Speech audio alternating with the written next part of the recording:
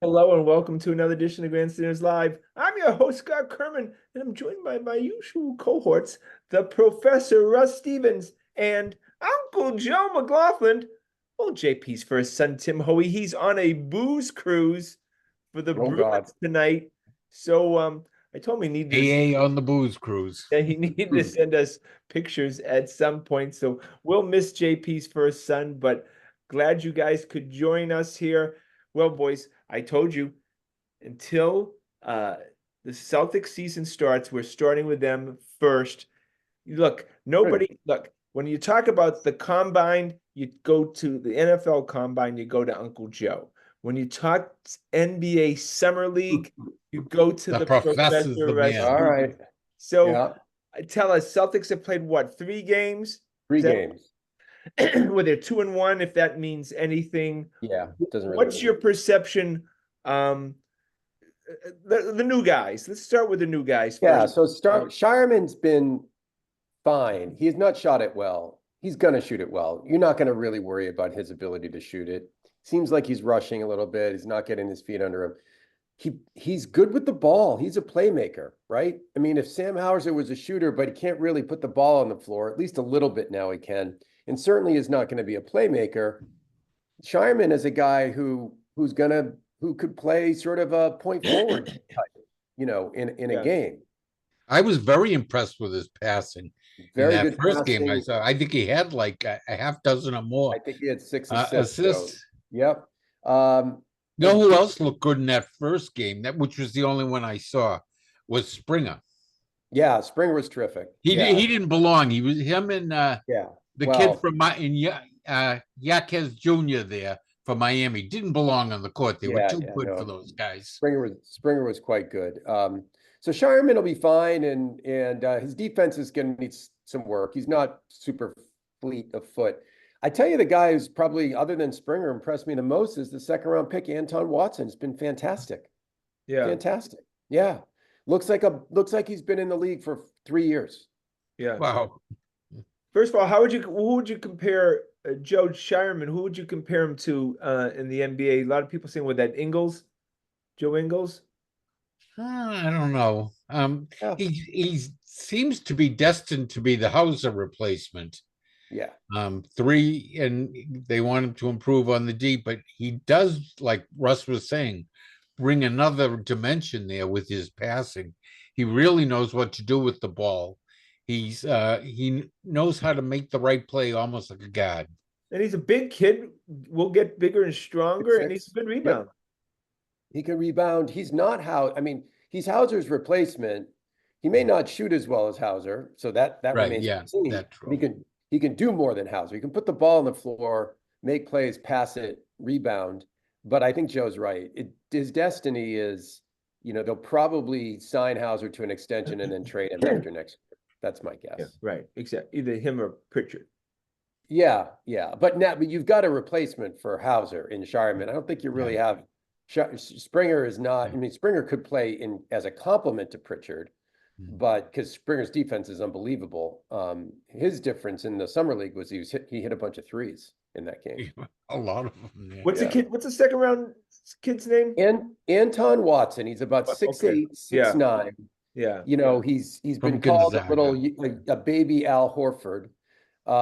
He does move around a little bit like Al. He's a big guy who moves his feet. Now, by the way, he's a big guy. He's not as big as Tatum, right? Right. Tatum's a really Yeah. big guy, Yeah. Right. but I know. Right. And growing still he apparently. Yeah. he seems to be in the spot. He gets a lot of rebounds. He plays well defensively. He can guard 1 through 5. And that's a guy where if he puts another 20 pounds on over the next couple years or so, and he's 23, he could be in the mix with Tillman as when Al leaves, they get more minutes. Russ, how about I only saw little of game two and I saw all of game one, none of game three. How was Kata? He Didn't played. seem interested in what I saw in Oh, the first he two. he played great that second game. I think he had 20 points or something. He defends the rim, very energetic, gets the ball near the rim. Yeah. His finishing is rough though. I mean, if he's Yeah. not dunking, if he's not dunking it, he's shooting like 30% Yeah. from within 3-4 feet. It's bad. right? I know that usually happens with young players, but he's really not a young player Well, anymore. how about Yeah. that kid that for the Wizards, the second pick overall in the draft? Yeah. 0 for 15 the other night. Yeah. 0 for 15. Yeah. Yeah. And what he did was to rectify it, he changed his number, his uniform number. It's like, okay. He's got to change something. He's got to make change his identity or something. If Well, I life thought- were that easy, right? But the irony was, I thought that the first pick in the draft was panned as a potential bust. It sounds like the first two are busts. Yeah, although research, I think the kid Research I guess that's how you pronounce his name, has played well. I don't know why the young kid Shepard wasn't the first pick. That guy looks like he could go play 25, 30 minutes an NBA game tomorrow and score, 16, 18 points. Who's he play for? Reed Shepard. He's playing for Houston. Oh, Houston. Okay. Wow. There you go. And we know the coach a little bit. Here's a fun fact for you guys as we go into the basketball season. Houston was a major long shot to win the Western Conference and the NBA title. So I put a little bit of money down with some I jumped on your odds. bandwagon after you told us. They're crazy odds. What odds did you get? I'd have to I look forget, it but they up, were but long.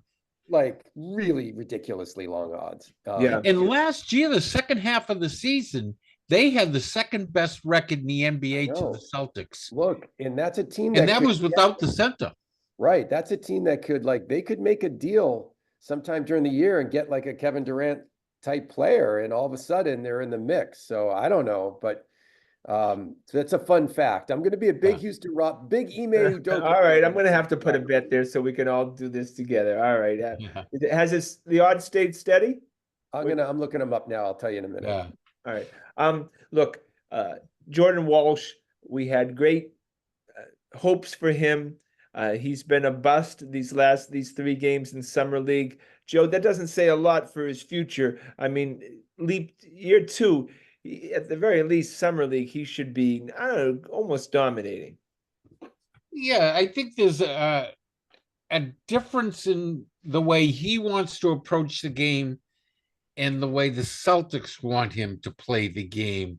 And they're having trouble reconciling how things are going to go right now. He wants to play a faster game, I think. He wants to be more of a point guard, and they want him more to be a 3-and-D guy. Yeah. Well, that's pretty much all. If you can't shoot threes in the Celtics system, you're going to go somewhere else. You have to shoot threes. That's exactly right. Yeah. I mean, and then I'm dubious. He looks like he's got a bit of a mental block right now. Right. So I'm hoping it's just a confidence thing, but he's really young. He's only 20. Bradley Sharman's 3 years older than him. Yeah. Right. then he was how many years? 5 years? It was one. Again, he's also a second-round pick. So yeah, I mean, really have any. It doesn't matter. Like if Sharman hits and Jordan Walsh doesn't hit, who the hell cares? If Anton Watson hits and neither of those guys hit, it's fine. You know what I'm saying? Like no expectations to hit. Yeah. Yeah, we're talking the 14th, 15th guy on the roster. And I doubt they'll do that to them. They'll want them to play in Maine where they can play every night instead of sitting there and maybe getting 30 seconds at the end of a game. So Joe and I got plus 17,000 for the title for Houston and plus 7,000 for the Western Conference. It's plus 5,000 and plus 10,000 now. So the odds are still low, but everyone heard the professor and jumped on the bandwagon. Yeah, I don't know, but yeah. But it makes sense. It makes perfect sense to me if you follow the NBA. They had a great record in the second half last year. Yeah, it really gelled. Plus 50 to 1, yeah, and then the other is plus 170 to 1 to win for the title. It's plus 170 to 1. Oh my God! Yeah, you got it. Absolutely no brainer. Anyone playing the Summer League not named Keita contribute to the Celtics rotation this year in the regular season? Great question. Maybe Shireman. If they deal Hauser, they have injuries. or honestly, they could, if he impresses in camp, and they could get something for Hauser in mid-year. I mean, if he's playing better than Hauser, then you could see them dealing Hauser for sure. Have you heard anything about why they've held Springer out these last couple games? I He think played so well in the first I game. think it was literally he doesn't need it. This is like third year in the NBA, right? Yeah. I think actually, Scotty, let me retract that. I actually think with KP out, and you gotta figure the Celtics are going to load manage Tatum and Brown a bit. I think that Springer may have a shot at getting some minutes in the first 30 games. Yeah. I actually, yeah. We're gonna have to see if he has any offensive game at all. He looked fantastic in that game one. I'll tell you. Really did. He shot Wow. with confidence. The shot didn't look wonky. So I mean, Didn't he have like defensive 20 wizard. something points? Yeah, he is an he's probably the best ball-on-ball defensive player on the Celtics, not named Drew Holiday. Derek White, Yeah. Holiday White, but he's an unbelievable defensive player. Brad, just a under the radar move at the end of Yeah. the deadline, getting Springer, but also got Tillman, and he spoke about that they were for the future too. And well, ends up Tillman re-signs with the Celtics, and he retains those two guys. Look, Brad's keeping the extra spot open in the roster. He's kind of seeing who ends up getting waived. And he kept that empty spot for a long time until the end of the season last year. Right. Would you assume And that then- he's going to do the same thing this year unless something big comes? I think he said as much the other day. He said, look, we carried 14 last year. We'll probably carry 14 this year and see what we need. If KP is out or has to have his managed, I think plus it saves him money. It's like, And they've certainly met the floor for the CBA, so there's no problem there, and it's not about jobs because they have all the guys in Maine on two ways. So yeah, before we finish up the Celtics, I think the JD Davidson era is coming to an end. I have to be honest with you, I don't see him. There's no spot for him in the Boston Celtics now or in the future. I don't see it with that guy. I just don't. No. Get him a haircut and see if he'll improve any there. I'll tell you that Eddie House's son. That was fun to watch. He's funny. Yeah. He's like Our that Bronny. kid. He's like that kid with Alvarado. Isn't there the kid, the guard Alvarado? If you know what I'm talking Alvarado, about, right? Who just is always in people's face and stuff. Yeah. He's a fun guy. At the very least, he'd be a great guy to have in practice, right? Oh, the G League. He's just so small, Scotty. Yeah. Jesus. I mean, it's like me running around out there, all 5'10" of me, right? Like I don't even think he weighs that much more than I do, for God's sakes. Yeah. If Danny Ainge had the chance, I can't believe he didn't put him in the second round somehow. Yeah. We remember Paul, the Pressey kid, who was like 5'1". I mean, he loves those little small guys. Carson Edwards, remember him or whatever his name was? Yeah. Danny just traded for Russell Westbrook for the second time in 2 years. Well, he did, but he cut him immediately. To buy him out. Yeah. Apparently, he's going to go to the Nuggets. So good luck with that. Yeah, he's going to the Nuggets. What the Nuggets are doing to Jokic is criminal. I mean, they literally are bleeding that team of talent and replacing it with Russell Westbrook. Yes. How does he fit that team at all? That's a terrible mix. You think he's just going to sit there and do whatever Jokic tells him? I don't know. I don't know. He'll do whatever he pleases. It's a big break for the Celtics because that's the team that has their number.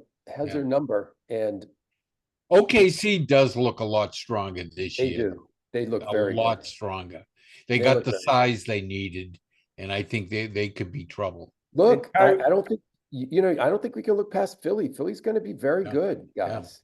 It all depends. Does Paul George mesh with that team? I've never been a Paul George fan as far as the big picture. I'm not worried about them at all. Embiid, there's not a chance in hell by the time. Look, he already looks like he's 500 years old. Have you seen him? It looks like he can barely get up. Embiid is finished physically. I mean, that guy's one of the biggest human beings. No, now that they got a couple of shooters besides just Maxey, Embiid doesn't have to go drive to the hoop through 5 players every time anymore. Now we can go through 1 or 2 players and kick it out, you know? But I would do a KP thing. I'd put Embiid, if I was Sixers, I'd put him on ice for 20, 30 games.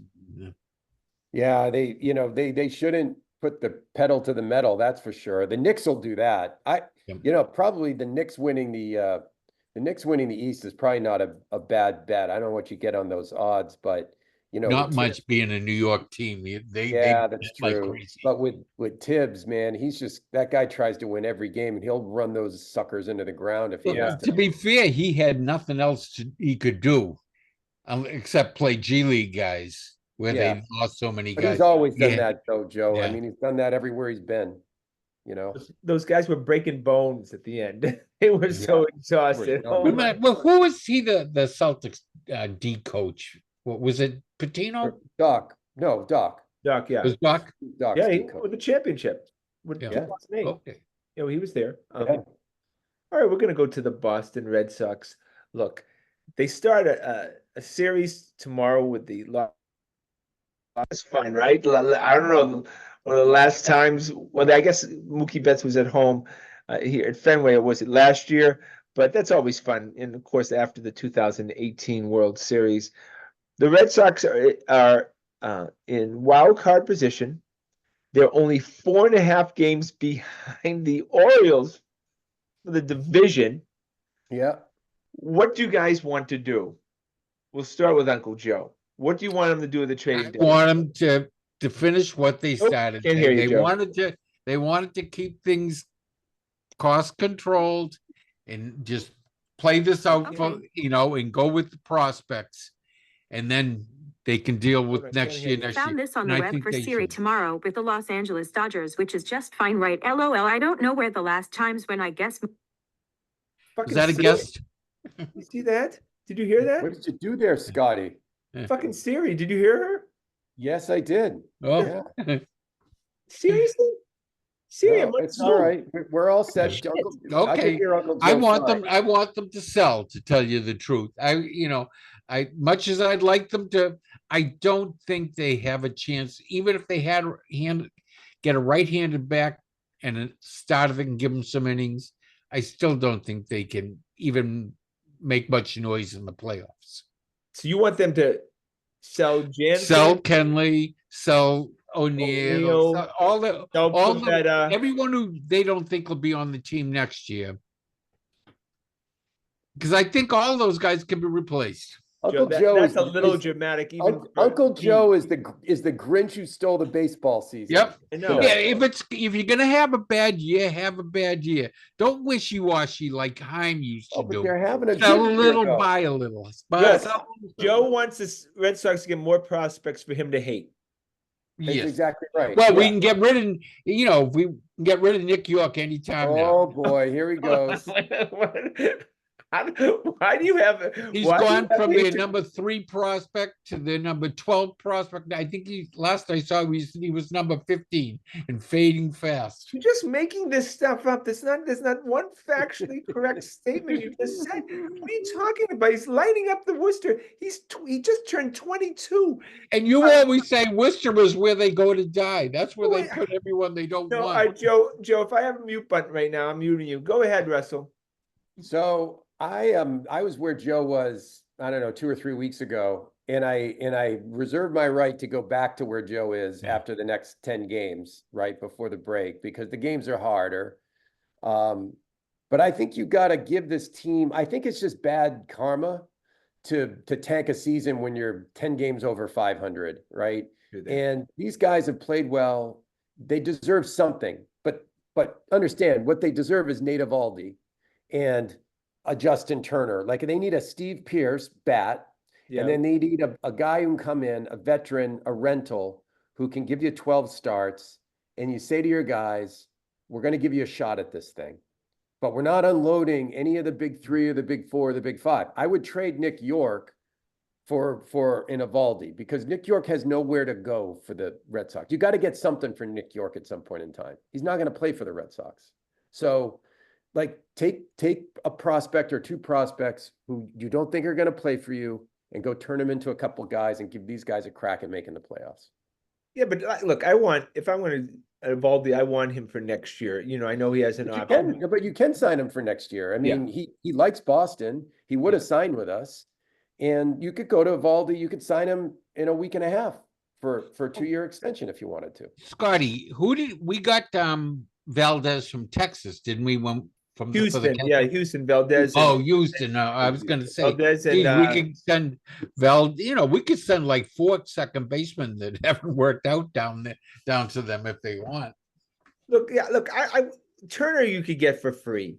I mean, they'll do that's just a salary dump. So you're not going to give up. I mean, you could probably give Bobby Dahlbach back. And they'll have saved the money that they would have paid him this year and still have him on the roster, right? So yeah, I think Turner's a great pickup. I mean, I don't know where that puts Yoshida in the line, but I would go get Turner. I would trade O'Neal because there's no reason for him to be on this team right now. Anyways, he's struggled mightily. He's a right-handed hitter though, who hits lefties well, right? And they need a right-handed hitter. So, but then you have Turner. I don't know. I would Yoshida could just be he's a platoon DH then. Platoon DH, right? Turner's against lefties and and you put O'Neal's your fourth outfielder. He plays against lefties, and you put Evaldi in the rotation, and you see what happens. I would still consider trading Jansen because he could probably get you something, but only if you really thought that these relievers. The problem with Chris Martin being out is that's a big. It makes it a big if. Yeah, he'd be a good plan B for Slayton being the closer. Yeah, I mean you're throwing out the white flag if you trade Jansen, unfortunately, because now you are. If you had Martin and Slayton, and then you had Liam Hendricks coming back, you could have argued that okay, we're covered, but now you can't. So I take that back. I wouldn't trade Jansen. I would do those 2 moves and just say, try your hardest, see what you can do. But then again, if one of the big teams loses a closer in the next week, quite possibly, especially like the Phillies or something, they could give you a boatload for Jansen, and you'd have to consider it. And especially if you thought some of the guys they could give you, maybe one of them could help contribute to this year, you'd have to consider that move. Well, the Phillies is a good idea. Dombrowski has never been opposed to trading away prospects to win now, right? Yeah. And that would be them. Who knows if he even has them? Yeah. But he hasn't been trading for a lot of that roster. They've been signing these guys. This team is like Harper and Schwarber and all them. This team's not going to win the World Series. It's not when. They're not even going into the second round. They're not going to win the World Series, but like, get in the playoffs. It'll be fun. Like they're close enough. They're not. It's not like they're 500. If they were 500, it'd be like sell.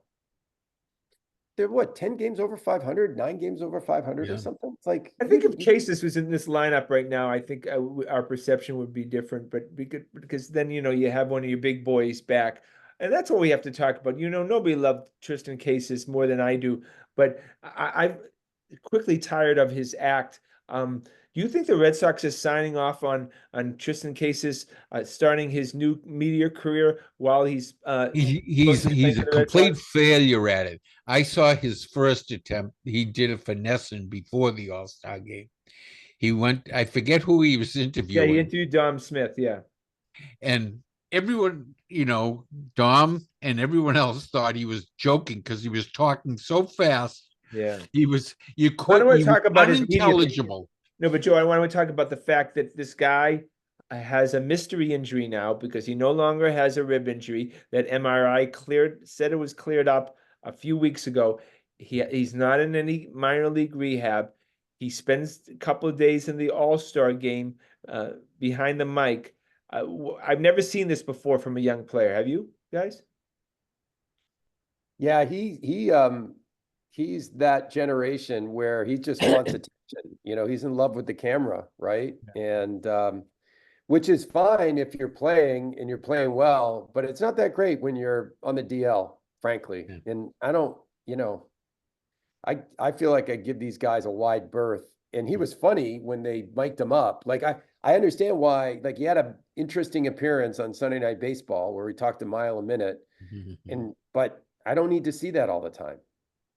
I know what I'd like to do. I'd like to see him occupied by playing baseball. Yeah. Huh. Yeah. Wow, what a novel approach. Can you see, they got Blaze Jordan coming up soon. Right-handed hitter, first baseman, big time prospect, big power. Can you see Blaze Jordan being the reason that they look into trading cases in the offseason? Mm, I'm sure they've asked for that event. I'm sure Breslow's asked for that evaluation of all the scouts yeah, down there. I don't know, like, but I don't think they don't really have any other first base prospects that I know of in the org. Everybody else is up the middle. So, look, if that what he may do is say, if you don't, if he won't sign an extension like Bayo did and like Rafaela did, maybe Breslow says I might need to deal him because I just don't Yeah. want to be in a situation I'm gonna get mookied by Yeah, by and this guy.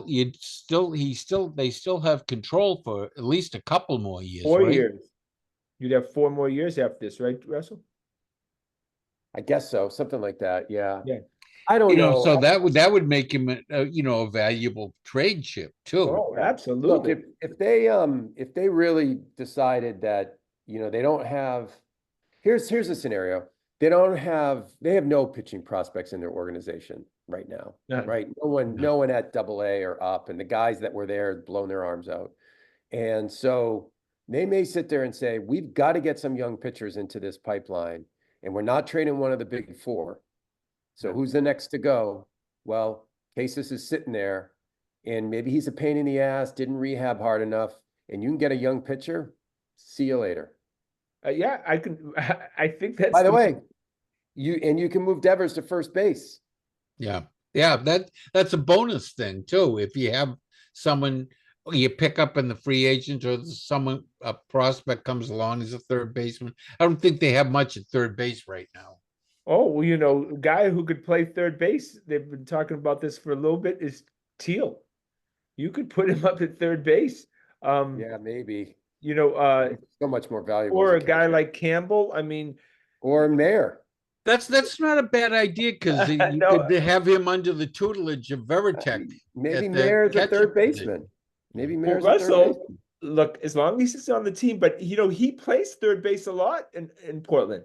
The most recent thing I read on from like a Baseball America, or I can't remember who, Keith Law, was saying they think he's going to be an average to an above average defensive shortstop in Major League Baseball, but that he could be an elite third baseman. Yeah. So that's not out of Wow, that's interesting. Yeah. Well, I think they still have plans for Story. I mean, we don't, Right. but I still think, look, I think Yeah. I pencil him in for 10, 15 games a year. So I think we're converging on a plan of trade Casas for a young pitcher or two. Move Devers to first, move Mayer to third, and you could always maybe move Mayer back to shortstop when Story's done, because Story will be back next year. And you always have Rafaela as your backup. That's a pretty good backup to have. And then you probably have just in Campbell as case. your second baseman. Campbell is your second baseman. You got this other kid, Lugo, down in the minors. We already had Julio. We've had bad luck with Matthew Lugo. Lugos. Yeah, he's kind of surprised this year. They've had a lot. There's been a lot. Campbell's been the big surprise. He still leads the team in hitting, OPS, and slugging. It's no longer a small sample. Well, yeah, they're going to have, obviously, he needs to go to the next level and go to Worcester. I mean, there's no reason for him to be staying in Portland hitting 400. That's ludicrous. I mean, he's got to graduate. I mean, but yeah, there's a little better pitching to be faced in AAA. That's the one thing AAA is over AA, is the pitching is closer to Major League. Okay, let's talk about the draft. I mean, we have so much fun as Boston sports fans. I mean, the Red Sox have a great victory on Sunday, and then at night we have the MLB draft, and the Red Sox get this kid that slides to the 12th spot, which arguably people said that had he not broken his ankle, he could have gone number one. Talk about it while you take a leak. Yeah, I mean, look, I think they've had guys fall to them, right? They had Mayer fall to him, Yep. and they had Teal fall to him. Like, that's pretty good. Sometimes it's signability issues, and Yeah. Keith Law had him as his number 4 guy on his big board. I saw him in the top 5 almost by everybody. Yeah. And at that point in time, even if you thought you were going to take a pitcher, a guy drops to you like that, you just take the best player in baseball. Oh, you have to, because it's such a crapshoot drafting these young kids. Well, this guy's not so young. He's like 21, isn't he? Yeah, he's 3 played years of college college, for 3-4 years, and but he's probably no dummy if he went to Stanford for a couple of them. yeah, I liked it. I liked the pick. That's a fun And what pick. did they have? 13 of 20 of the players they drafted Pitchers. were pitchers. I mean, And they are all your kind of guys, Scotty. Big horses. yeah, Almost and every college, one of them mostly was a college. horse.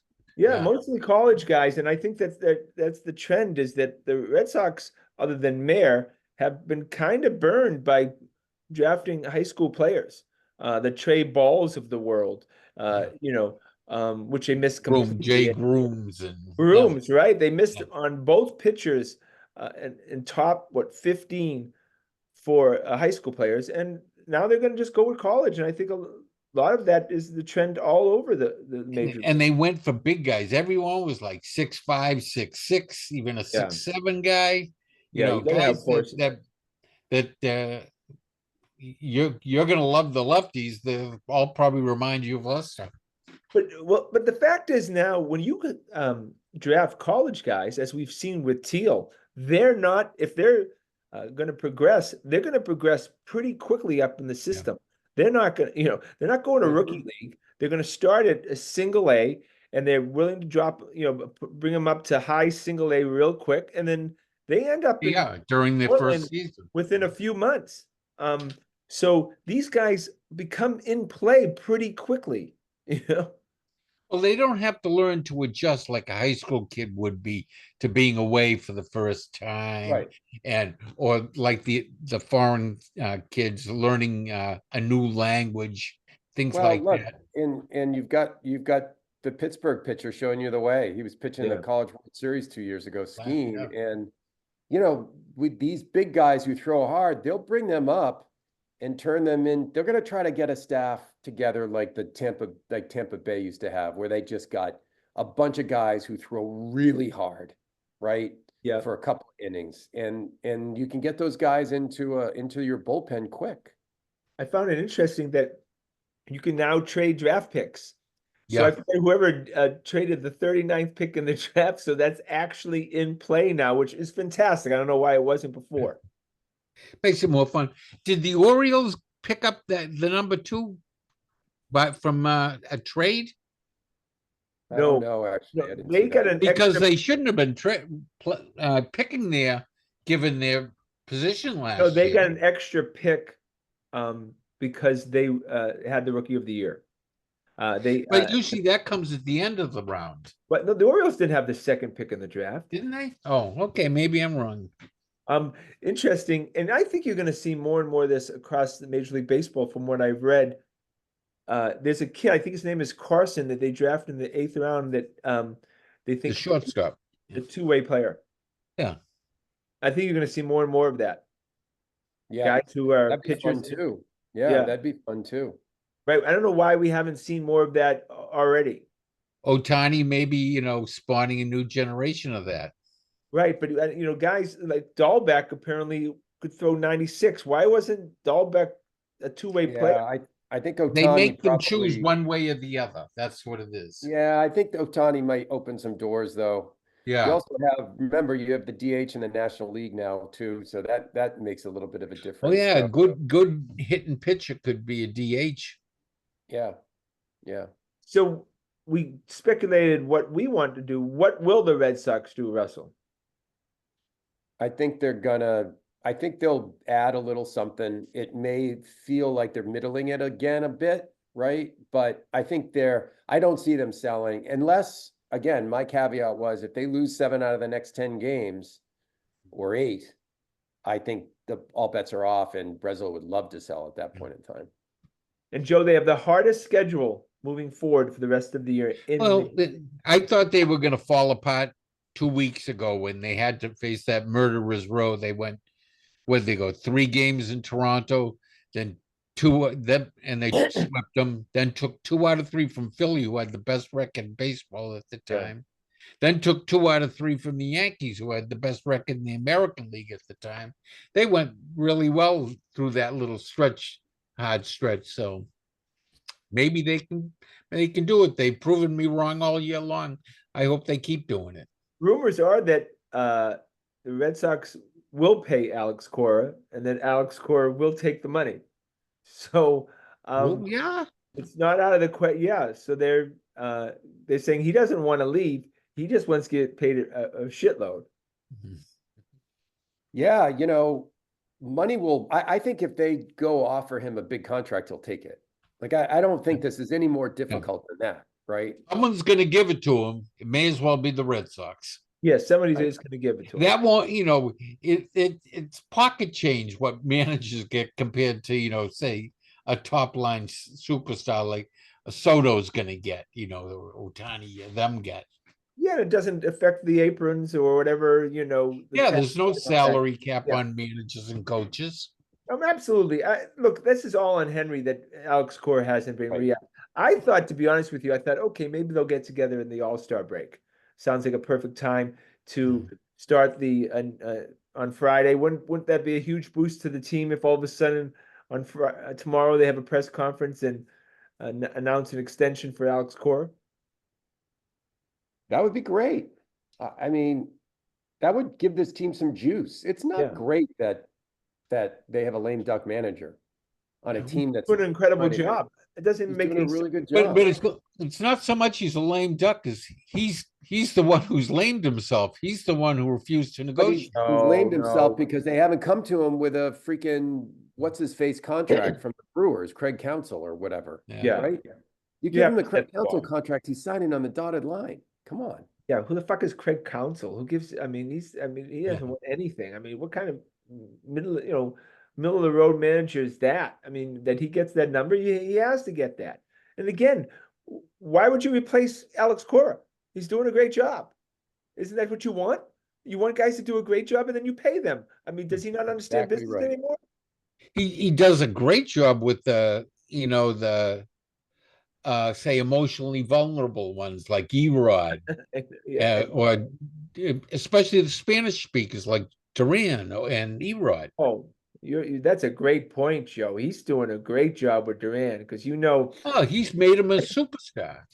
He has to stroke that guy every second. Oh my God. Well, he knows it and he does it, and he has no problem doing it because he sees the results he's getting. Well, congratulations to Jarren Duran, MVP of the All-Star game. This kid has just broken out like no other. He paves the way for like the Grissams of the world.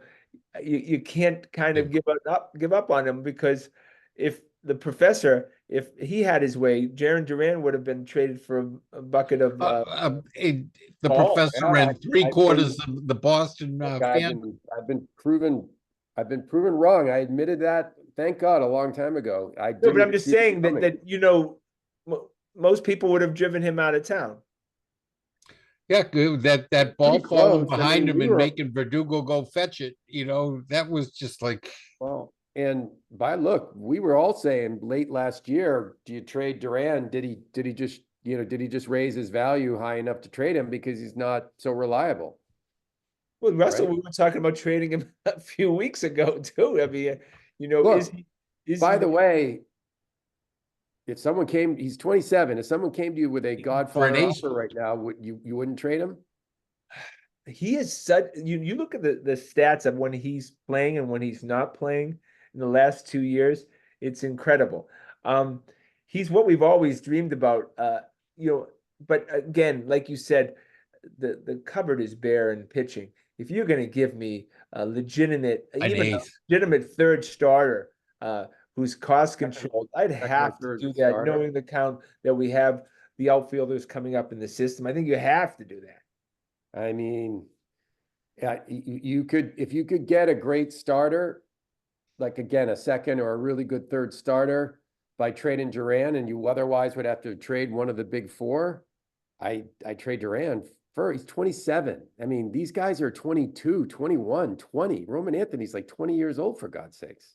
Yeah, and at some point you're going to have to start paying Durant, right? I mean, he's been in the league a few years now.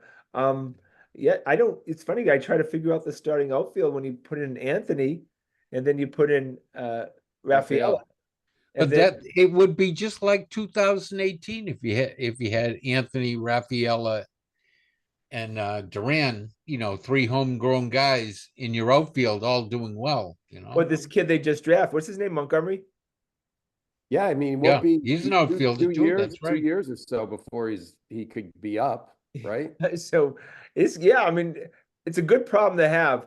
Red Sox positional player wise seem to be very strong right now. Their Well, pitching and is they seem to be addressing the pitching problem both in the draft, in their Yeah. instructional league, and they're so far trying. from the majors, though. Like, I Oh mean, yeah, we That just kid years, Peralta's getting years, hurt, so that years. really hurt.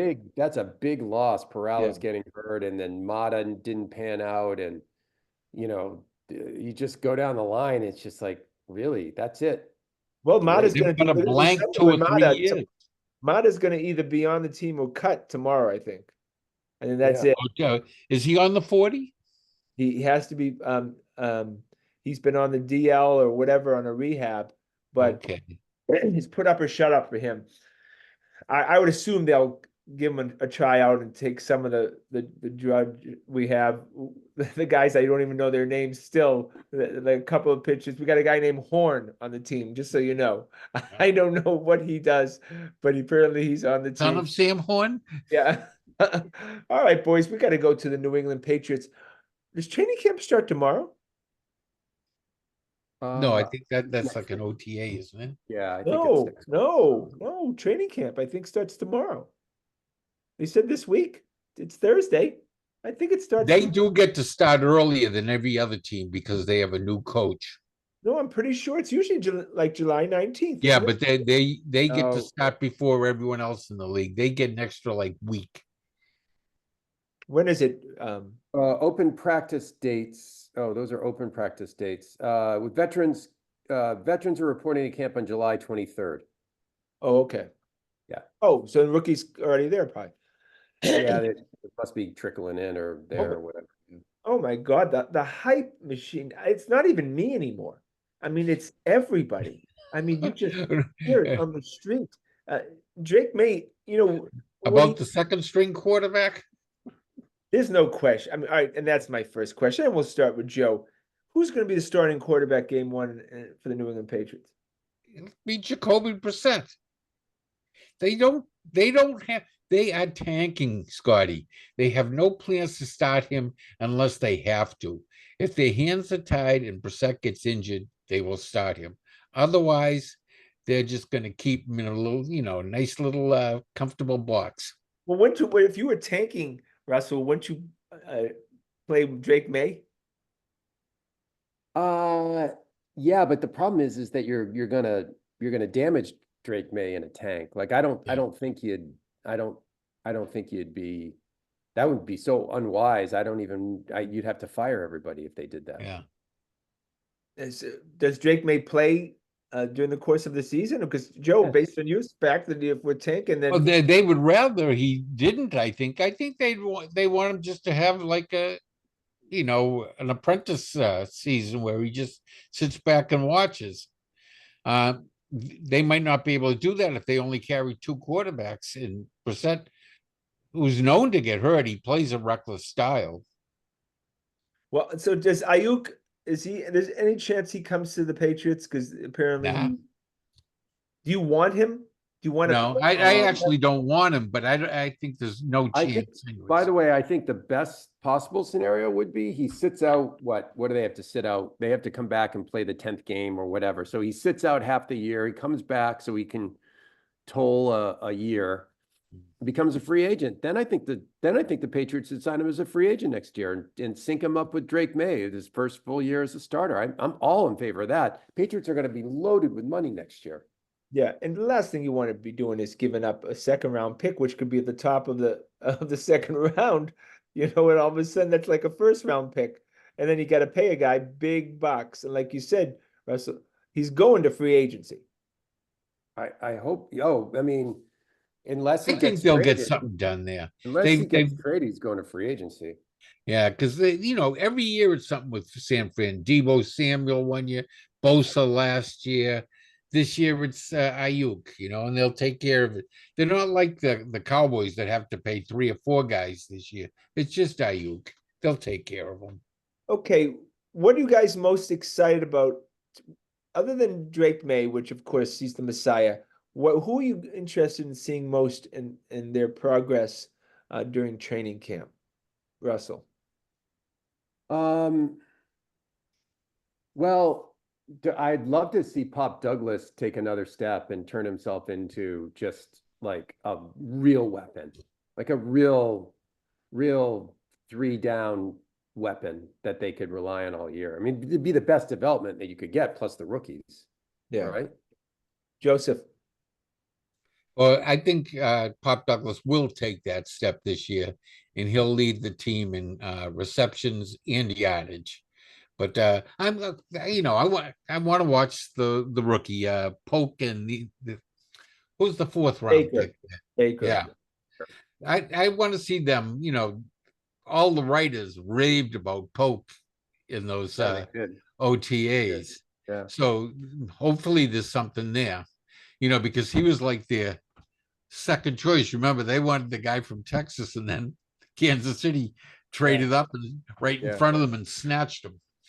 Yeah, I think Polk is going to be, second round pick. Who's your guy, Scotty? Well, it's funny because I'm this obviously Drake May, Drake May.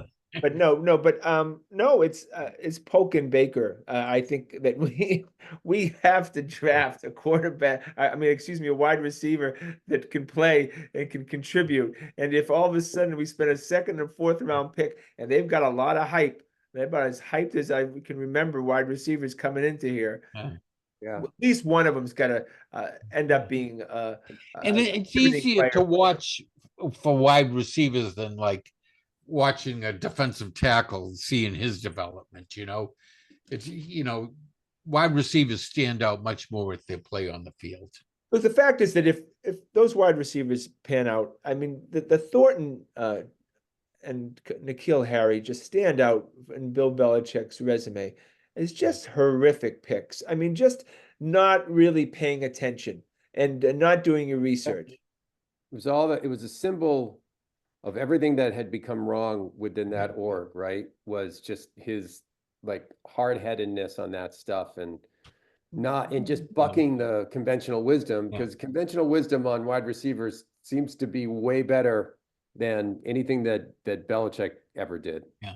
And he spent too many 6th and 7th round picks on wide receivers. That's when he'd pick his receivers. And those guys aren't pros. The difference between the 6th, 7th round guys measurables and the 1st, 2nd, and 3rd round guys measurables is like, a whole second in speed and, That's a 3 great inches point. in height and 20 pounds in weight. It's the measurables are just so different. Yeah, Joe, and it's a great point. You've mentioned many times before. That's where you go get the fat guys.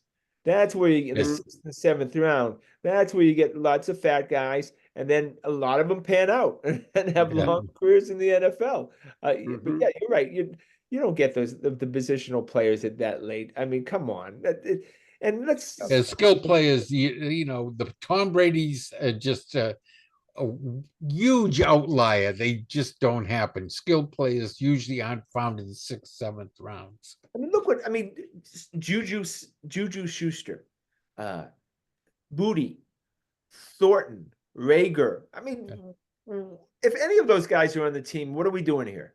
They're all on except for Booty. They're all on the team. But no, Rager was re-signed. But what are we doing here with these? I mean, these guys are. I mean, this is a. Well, they can, but they don't get anything for cutting them now. You may as well bring them into camp. Yeah. You need the bodies no matter what. Yeah, you need guys who can catch balls from Drake May. Like, it's fine. Right, but you know what I mean? Russ, I mean, they're not gonna take 7 receivers. I saw Ben Volin's 53-man roster. He had 7 receivers on it. Like, they're never gonna keep 7 receivers. Why would you do that? Sometimes they've kept 8 and 9, but of course Matthew Slater was was Yeah. number 8 or number They're 9. gonna Especially- take 6 or 7 at the most. They're not keeping 8 receivers for God's Oh, I sake. thought it's uniformly usually 5. And then Well, you're gonna, No. Belichick's kept 5 before. My guess is it'll be 6.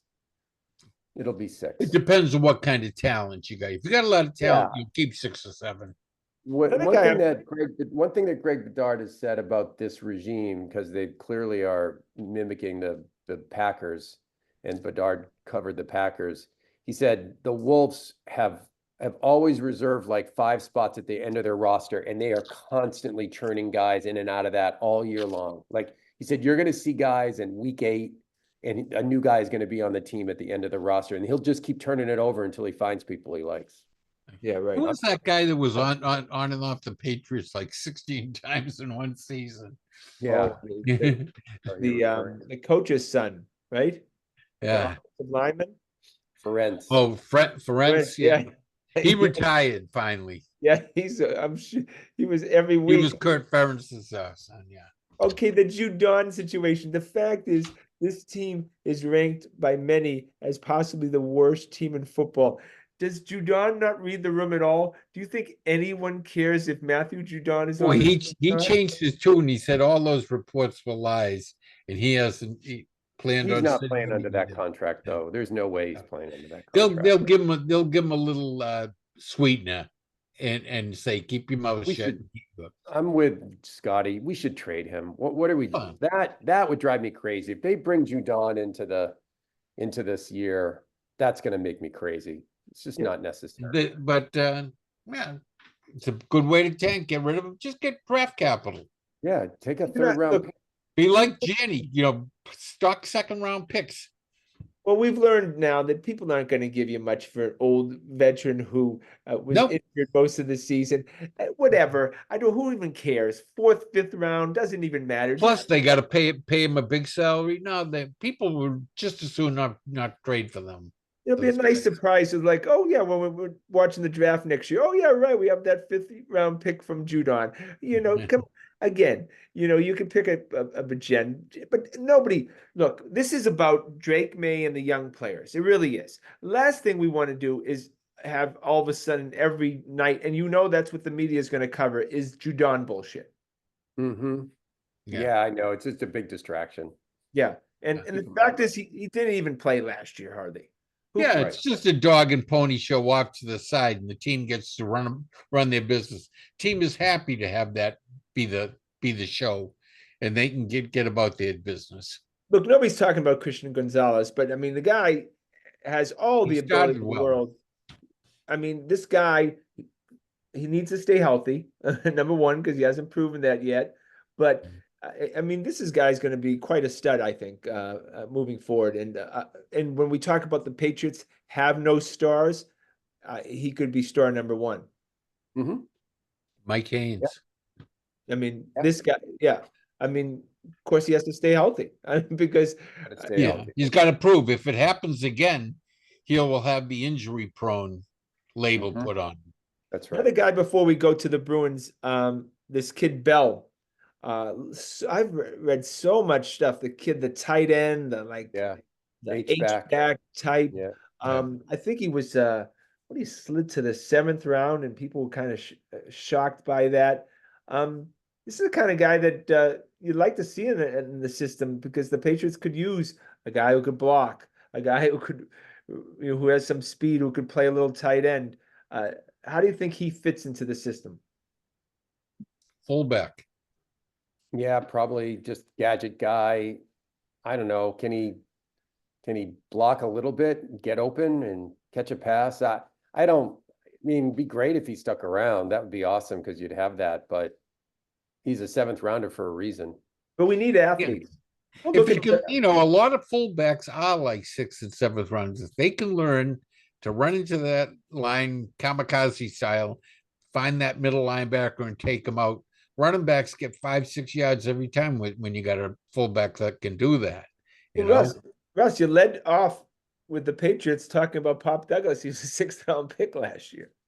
Yeah, no, I mean, if the guy, my point is, like, he just has to go out there, and they will have to have gotten lucky, and they got lucky with Douglas last year, and they could get lucky again, but to think, look, remember, rookie tight ends almost never do anything. So he's Right. not going to pop this year. It's probably a next year or a year after thing with that guy.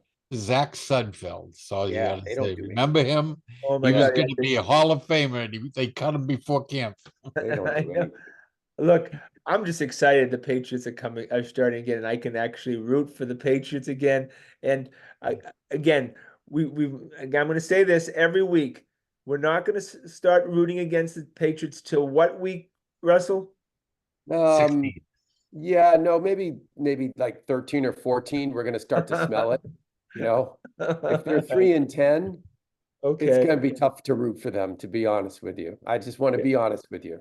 And it'd be great if there's like a consensus number one that everyone likes, and Yep. people would be willing to give up a whole Oh, boatload for. yeah. Oh my God, because then you're talking multiple Five first-round first picks. round, five Oh my first and God. seconds, Yeah, life like change. 3 first, 2 seconds, maybe a pick swap too. That's what the NFL doesn't do, pick swaps. They're gonna start doing pick swaps too. Oh yeah. Well, Futures. And I don't think it's disallowed. I just don't think they do it. well, needless to say, if they win the first game, we're gonna change our tune completely. Guys, I can see it. I can see it. I can Oh see yeah, it. undefeated. Yeah, I think we can do this.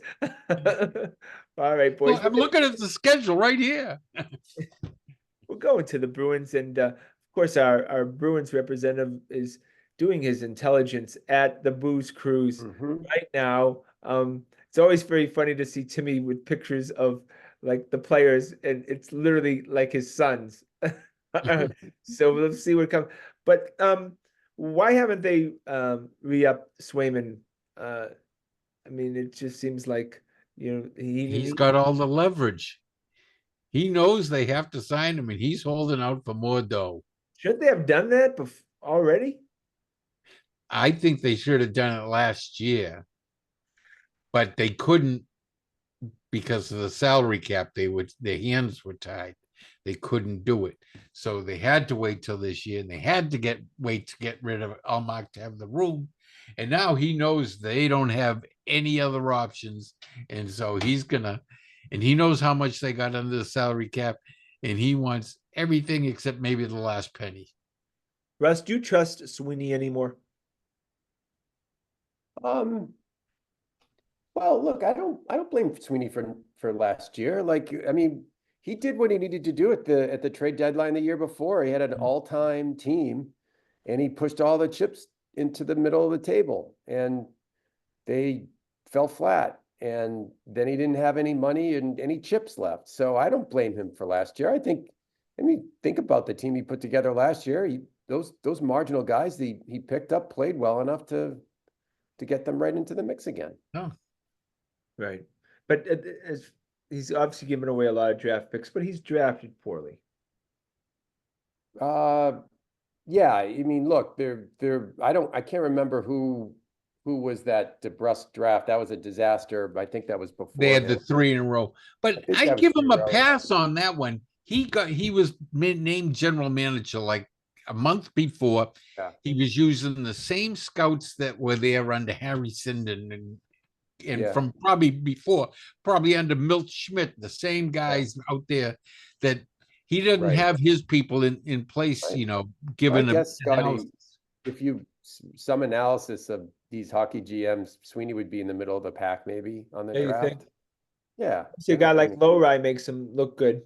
Lowry, Lysell, Patra, like, I mean, they're players. Well, we'll see about Lizelle. I mean, but we'll see. But Swayman, right? Like, I don't know. They've had young players come up. And we got to look and see this Bussy kid. I assume he's going to be the backup goalie, not that guy they traded for. No, I think this other guy, Corpusol, is going to be the backup. The kid from Ottawa. Yeah, no question about that. I think they must think that they can't get rid of him. I think they think the goaltending coach is like apparently he's very impressive. What is his name? Essa? He's the Andrew Bailey of goaltending coaches. Yeah. Or Andrew Bailey is the Bob Essenza of pitching coaches. Yeah. Right. Yeah. And he's been around forever, right? Yes. Yeah. Yeah. So I think they must see something in him that they think and then maybe he's a trade chip. Maybe he's the Allmark. If they can develop him a little bit, maybe they're trading him for the deadline. So hopefully they're thinking a couple moves ahead. Are you guys excited about the Bruins seasons because it's coming up soon? Yeah, looking forward to it. I want the young guys. I want to see some. There's lots of them, lots of them to look for. To get the guys that were the young guys like the Fredericks and them. They're the battle-tested veterans now. Can't wait to see Lowry. Cannot wait to see him play a full season. I think that's going to be fun. All right, last question. Bruins or Red Sox? Who's more advanced toward the path to a championship? Start with Joe. Question. Bruins, Red Sox. The Red Sox are much further behind. Yeah. But I would say their path might be steeper, their ascendancy steeper. Their path, their trajectory is steeper than the Bruins. The Bruins, if they're going to have a rise from second round in the playoffs, it'll be maybe the best they could do would be conference finals. All right, Russell. Yeah, I mean, look, you get on a run, you get good goaltending, you can get yourself into the Stanley Cup Finals, and they're close enough. They had another 100 points last year, didn't they? Good team. They were the third seed. This is a really good team. So I'd have to say the Bruins, but like the ceiling because of the young guys for the Red Sox is higher probably. Yeah. Yeah. But in Jacobs, you have a more willing ownership to spend to the cap. Well, he should be. He's got no competition. The original six are so wealthy compared to the rest of that league. The Bruins, the Rangers, them, they wouldn't mind if the salary cap was double what it is now, and they could afford it easily and still be making money hand over fist. But there's a lot of places that don't make a lot of money, like Calgary and Phoenix and LA, that aren't making the big dough. 45% of the income of the NHL is ticket sales. Well, I think it's the Red Sox. I think that the Breslow. I think Heimblum and Dombrowski left a lot of meat on the bone in that minor league system. If I'm to believe Henry and he's willing to spend when it's time, I think that the Red Sox could be a real contender, especially if they keep Cora as early as next year. Scott, I got a hypothetical for you. I'll leave you with this. Would you trade Marcelo Mayer for Paul Skeen? Oh, in a heartbeat. So fast it'd make your head spin. Oh my! I'd put Mayer on my back and I'd walk him to the Pittsburgh. Would you trade Marcelo Mayer and Kyle Teal for Skeen? Yes. Yes, the answer is yes. Trade all three for Skeen. Yes. How about Drake May? I would trade all three. Wow, you hate the big three. He hates prospects. To get Pedro, to get Pedro Martinez, to get Roger Clemens. All right, well, absolutely. Yeah. I mean, he might even throw in Drake May. No, don't be crazy. All right, Russell, answer your own question. Yeah, I would trade probably two of them. I wouldn't trade all three of them, though. Guy could get injured tomorrow and you could be left with nothing. So, yeah. Joe. How many great young pitchers have we seen, 2 years and gone? I don't know, but this guy's a big kid too. He's a big kid. I mean, he's a Verlander. And he's swing and miss. These aren't called strikes. They miss it. He's a man amongst boys. And we know what it means to have like a Beckett, a Pedro, a Schilling. We know what it does for your team every fifth, a Clemens, right? A stopper, a guy. If you have a 2-game losing streak, he comes in. I have 2 words for you that I'll leave you with. Steven Strasburg. Yeah, but they want him. He was the guy. He was Skeen. He was big, strapping, threw hard. Won him a World Series. Won him a World Series. Yeah. But geez, you just get he left everyone with a sour taste in their mouth. All those innings restrictions and this, that, and the other thing. it didn't add up in the end to a good career. All right. Well, we've established that Scotty hates the big three. So Yeah. No, no. It's just Scotty wants to trade the big three. oh, nice try there. No, I do. I love the big three. It's just that I mean you brought That's what I heard. you Yeah, brought Skeens is just like the biggest thing to come since Otani. Oh, he's fun to watch and he's a nice personality, but all right, I'm gonna have to back check next week on that one. Well, that's Yeah, our show tonight.